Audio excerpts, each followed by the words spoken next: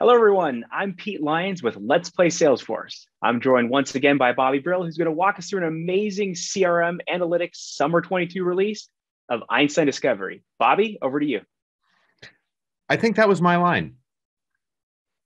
Well, I'm excited to be back here to walk you through another amazing release. This is the Summer 22 release, and I'm going to focus on some of the awesome stuff we've done in Einstein Discovery. So I'm going to start with some really cool transformations that we've been building. When you're doing data science, your input data often needs to be further transformed, especially for predictive models.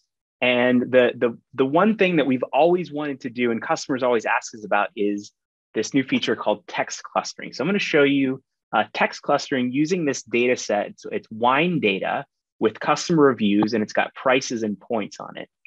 So let me share you what this looks like. All right, so I'm going to analyze this field called average price, and I'd like to maximize this. We're a wine dealer, and we want to sell wine at the highest price. So let's look at how to do that. So if I go into manual mode, I've got this customer review field. And as you can see, it's highlighted. I can't check it because it's basically free form text. So it's not a field I can put in a model. My only option is to put a transformation. So if I click transformation, I have this new field transformation called text clustering, which is super awesome. Now, because it's super awesome, it takes, there's quite a bit of machine learning that goes on behind the scenes. So we can't automatically apply it here. So it's going to be applied when the story is created. But once it's created, I'll show you what that looks like. Another thing you may have noticed, which was we threw this in at the end of the release. Notice we now have a data alert. I didn't create the story yet, but I have a data alert. So we've actually, our customers love data alerts. And they're like, well, why do I have to wait for the story to be created for some of these alerts? And we said, that's a fair point. There's some of these calculations we can actually do before creating the story. So we decided to go ahead and do it. In fact, I think an intern came in to help us build this out. And it's just making the product easier. So in this case, I have some outliers. So before I even create the story, I could potentially, just exclude the outliers. It's a pretty cool feature. We don't have all the data alerts. I think we've got like outliers and suggested buckets, and maybe one or two other ones. It's in help which ones we do support. But we're really focused here on text clustering. So I'm not going to sit here and create the story. I've already done that. And so when it is complete, what we do is we're looking for keywords. So first off, we drop the words that are kind of more common, like prepositions and the, a, I, these words are dropped. And then we look for certain clusters. So in this case, we're looking for we're going to cluster three words, and then we're going to assign the text to the cluster. So I've got words like fruit, wine, cherry, blackberry, black tannins, and you can see how these keywords drive the outcome, which is price in this case. So lower price when I've got pineapple, Chardonnay, acidity. I don't know about you, but pineapple wine sounds absolutely revolting. But blackberry and cherry, that seems like it'd be pretty nice. So it's just interesting. Again, this is all real data. Apple, who wants apple wine? I don't know that anyone does. I think the technical term is cider. Right, exactly. So you can see how the customer review actually how it drives the price. And I can click on one of these. Like, let's say I want to look at citrus crisp and acidity. So I can see, how this actually interacts with other variables, and that drives a less than, or it drives the price down effectively. And you may also notice that we've removed some text here. So we're trying to simplify our stories. So before on the classic why it happened waterfall chart, which this is, we had a bunch of text on the left, and it was, while it was nice to show text and it's kind of like cool from a demo perspective, hey, we're showing some text. It was actually really confusing. We got a lot of feedback from our customers, but they didn't understand what the text meant. So we decided to simply remove it and focus on this on the chart. And then you can kind of highlight over to see, what these things are and get further information. So we've removed some text. And in fact, we've also simplified the text on our regular insight charts as well. What I would say about that, though, is like when you hover over a bar. Yes. I'm not going to lie. I don't entirely understand what those KPIs are. I mean, I get frequency, I get impact, but like as a user, when I look at a coefficient of negative 0.58, is that a good thing? Is that a bad thing? What is a good value? Is there like a cheat sheet somewhere on what this stuff means? So I believe we have it all in help. So if I were to use the or like maybe the help button right next to that card. Well, so this is actually the new. Well, I guess we have the learn more link, but we just added this. What does this chart show me? Because that's probably the thing that everyone says. What am I supposed to get out of this chart? So it shows how drivers increase or decrease the average of price when customer review is citrus. So we actually put in some of the text, like what am I looking at? And then if I click learn more, it's going to open up help. Actually, it probably won't open up help because this is a pre-release and it's not linked actually to the right place. And then of course, this is what I get for there. Let's see what it does. I have no clue. Pre-release, I don't know that it's actually the help is out there. Yeah, well, at least you didn't get that like infinite loop of TDID trying to log in. Yes. I get that sometimes. Yes. So it will link to the help page where you can get more information on what how to read the coefficients. So we do have coefficients, how to read the tooltips. So all of that is in there. Cool. All right. So this is all fine and dandy, right? I've taken some text and I've gotten the clusters, but how do I actually apply that, right? The most important thing is that my data. Let's say this data is back in Salesforce. Let's say I'm a customer that I'm selling wine and I have all this in Salesforce. I don't want to have to I don't want to have to pick out these clusters. I just want it to work, right? So if I go ahead and I deploy the model. And I already have it out there, so it's just going to go ahead and update. We've updated the deployment to make things simpler. Actually, kind of want to show you the new page. We're trying to make things as easy as possible with deployment. What we've built is a Swiss Army knife of how to apply predictions back to sort of wherever you want. And in doing so, we've made some features sort of optional, such as the automated prediction field. We've got things like automated model refresh. It's an opt-in. We've got some notifications and all those things you sort of had to know that, oh, hey, I can kind of set things up.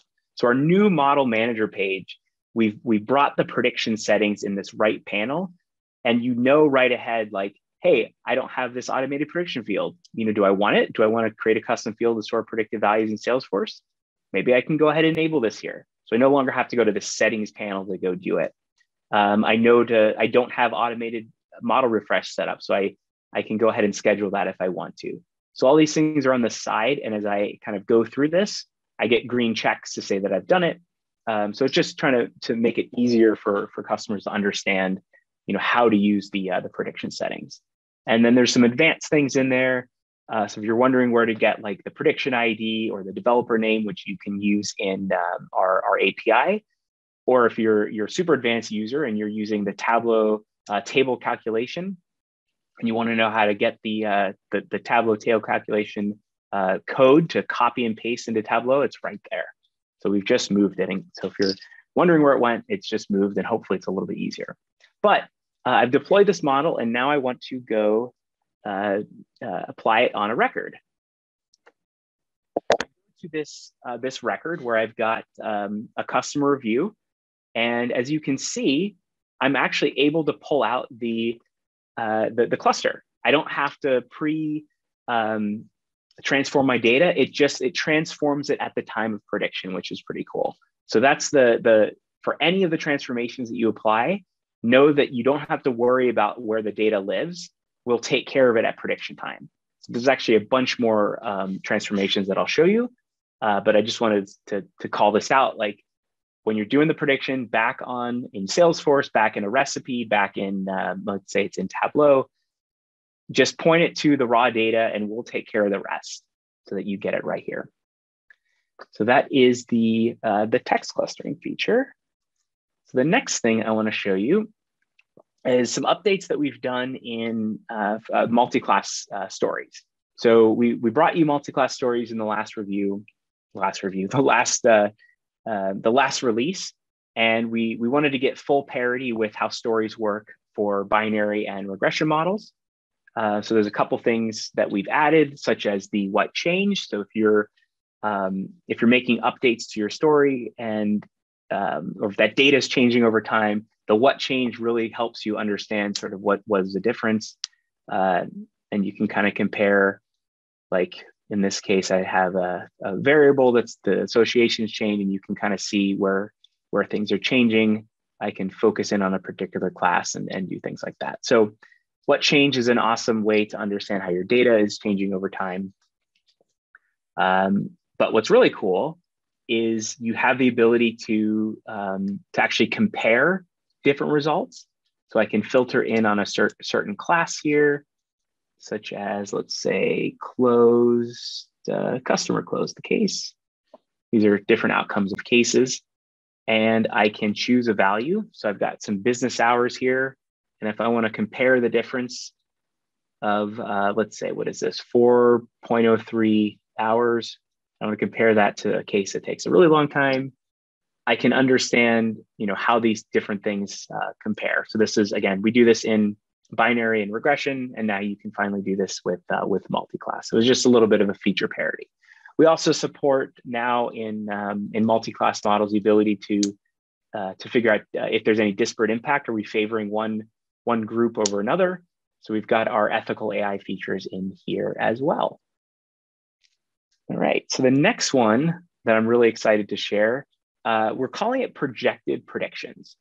I don't think I mentioned this in our last call because it was a pilot at the time.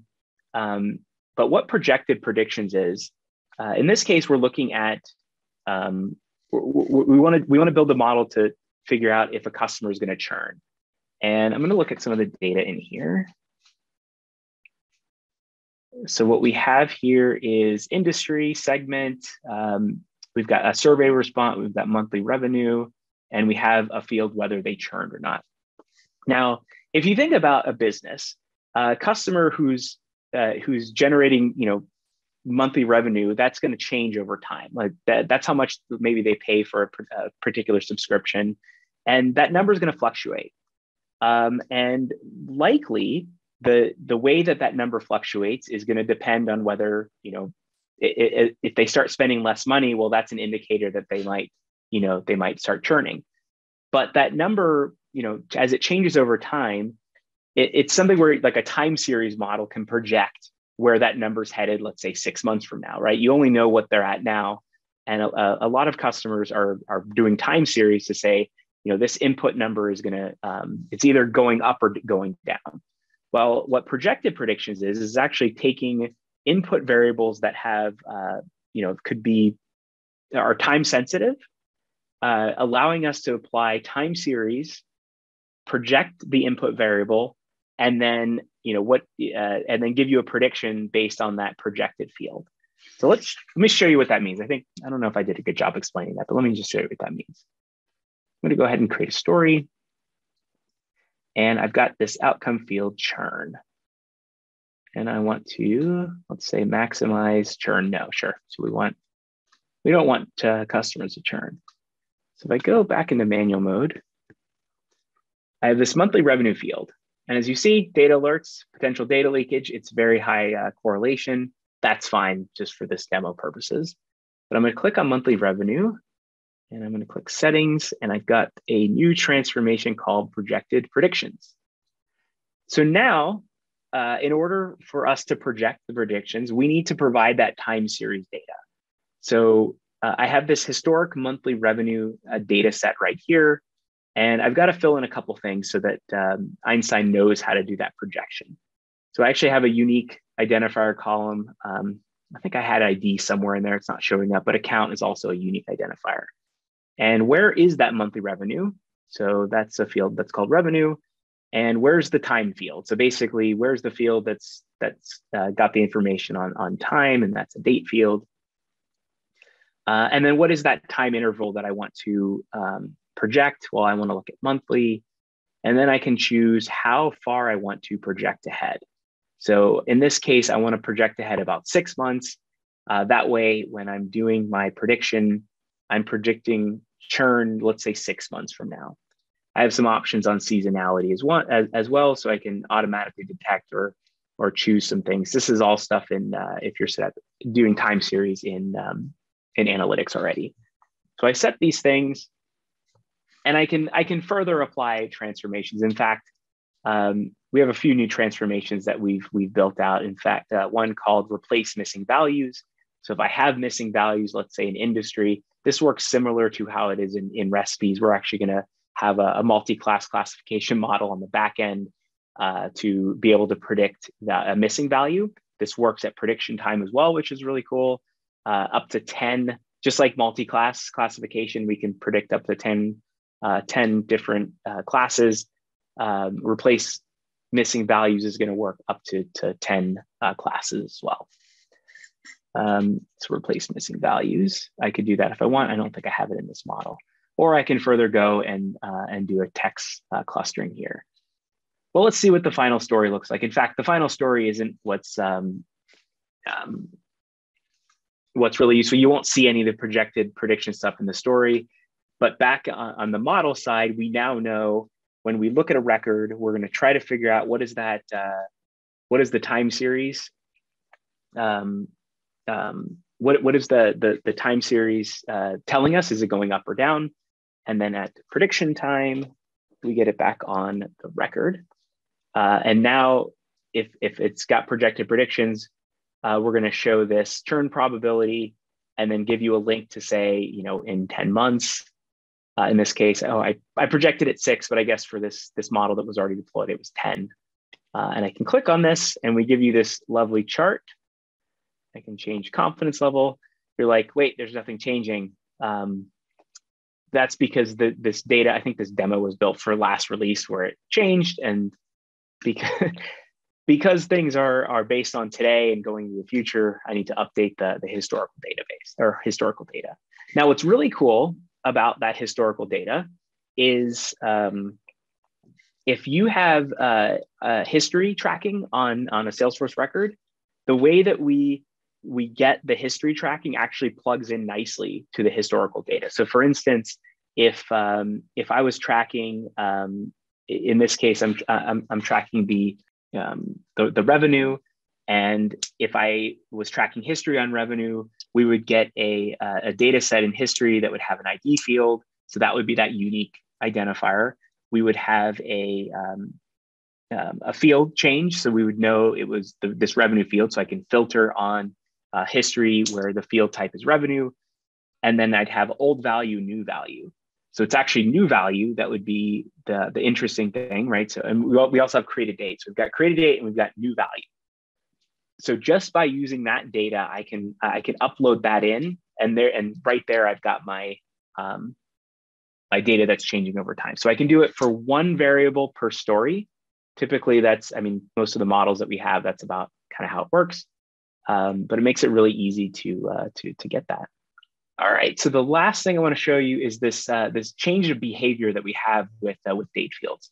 So typically, I don't like to use dates in a predictive model, mostly because the dates themselves don't really have any great information in them. The month of year and the day of week, there's some predictive signals there. But we had this option in the past. It was called trend. And the problem with the trend is it always includes the year. The second you include a year in a predictive model, that predictive model becomes no longer useful. So if I've got a field that's got like month and year, right? It's all historical data, and I've trained my model to say that June 2021 is a very good value. Well, the problem is new opportunities that I create are not created in June 2021. They're created in June 2022, and immediately the predictive model or that value is not in the training system, and it doesn't know what to do with it. So what we did was we decided to kill the trend feature. If you want to trend the data, Explorer is a great way to do that. All you were getting is a group by effectively, and you can see how that outcome is changing over time. That's something that's been in existence in Explorer for quite some time.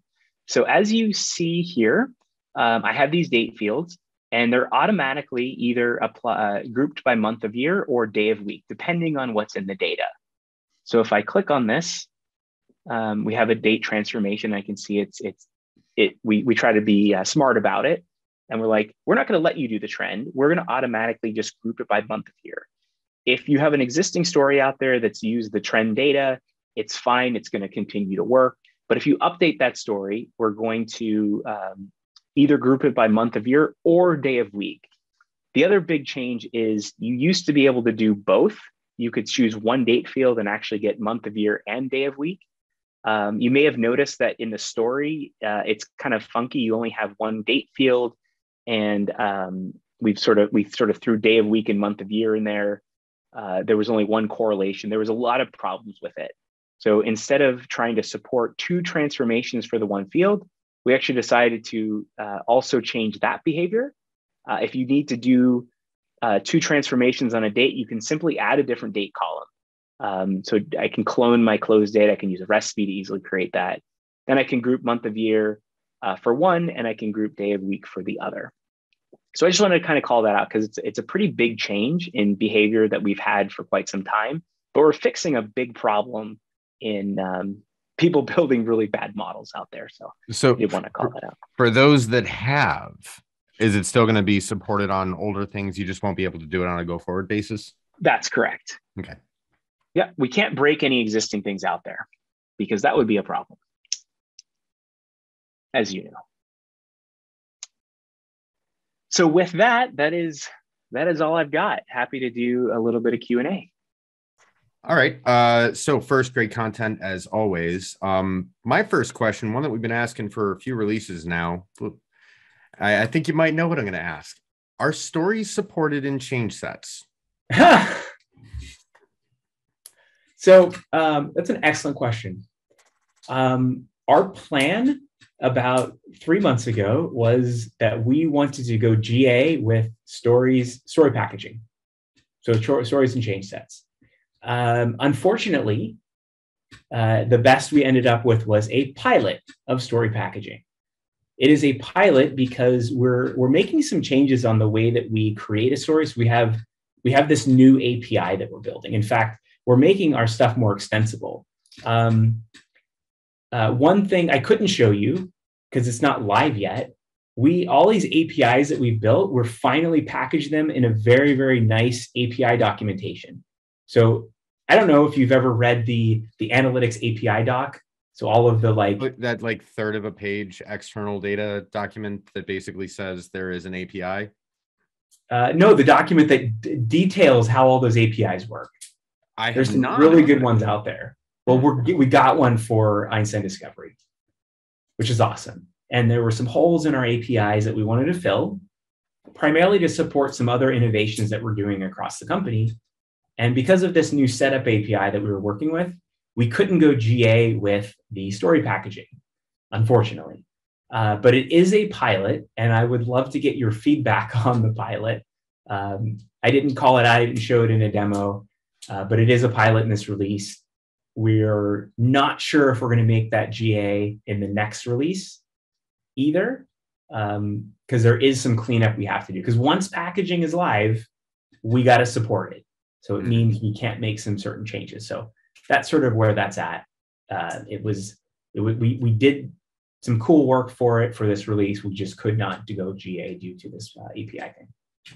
All right. And then my next question, not specifically around anything that you showed, but just kind of a general, is there an appetite or a plan to somehow allow me to say like, hey, this feature is a bad thing. And we know empirically that when this thing happens, from the business's perspective, we don't like it. So even if it's saying, almost like add extra weight to something that doesn't happen all the time, but it's like a guaranteed deal breaker, or just in general, like I understand that you do kind of open up a can of worms, but with how far do you want to allow that to go? But you know, maybe like on a Boolean, say if this checkbox is true, that's a bad thing. Or you know, like I think that, you know, the next step, the next question is then, well, you know, you could basically catalog across a like, because with multi-class, it's like, well, hey, I know that these outcomes are there, but some of them I like, some of them I don't. And I want to basically play favorites with what I observe in my data. And I think you kind of run the line of, you know, well, are you telling the machine what to do? Or, you know, are you, because I've definitely found, I have a client where, you know, analytics help them to understand, well, we thought, you know, we play really well in this space of like above 500 employees selling this sort of product. But what we found when we actually looked at our data from a more objective lens is that's who we want to be, not who we are. And who we want to be is actually over in this space. So I get that it would kind of like run the risk of you know, putting words in the machine's mouth. But what are your thoughts on any kind of way to teach the model what your opinions on features are? That's an interesting question, and I'm wondering if that's more of a combination of applying business rules to predictive models. In which case, like you've got your predictive model, it's going to tell you this thing, and let's say it's in a flow. I know you love flows. I love flows. The reason I love flows is because it's so easy to connect things to, you know, whatever. Well, we built the Einstein discovery action in flow, so you can make a prediction. You can see the like what the prediction is all about, and you can run that through business logic. So it's like to your point of multi-class and predicting a status and knowing which statuses are good versus bad. Our model just knows this is a status or whatever. Sorry, status is the wrong word. It's multi-class. The example I showed you was status, but it could be anything. Mm-hmm. Well, once we make the prediction, you could build your point and click business rules to know what to do with that. So that's sort of, and I don't know if that's fully answering your question, right? Like there's, you know, good input variables and bad input variables. Yeah, it's more, you can take what it's telling you, and if it has feature, you know, if it's leaning toward a particular outcome that is not favorable, you can change your behavior based on that. That's correct. Mm-hmm.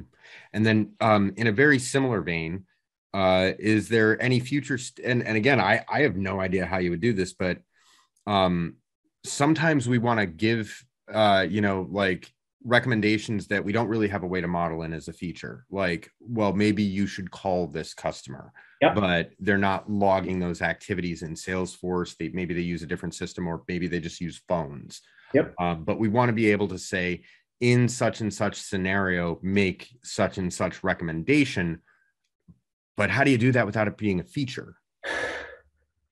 Again, that's for sure. That is that's a function that Flow can help solve, or next best action. Mm-hmm. And with next best action in Flow, it's, to my mind, it's all the same. So we're actually plug all that stuff in. It's so right, cool. Right. You plug all that stuff in. So it's like, okay, based on this prediction, we know something's low. We want to take an action. Well, what's the standard set of actions that you would recommend? Mm-hmm. And then again, based on this prediction, there might be some other machine learning that you can do. That's why I love Flow so much, because you plug it in and then you can visually see how it works. No code was written, although I love writing code. I want to pass this off to someone, you know, that doesn't understand code, and they can visually see how this thing's going to work. So, all right. Well, that's all the questions that I had. As usual, you do a pretty thorough job of covering everything as you go. So for those of you at home, if you enjoyed this video, please like, subscribe, tell a friend, and as always, thanks for watching.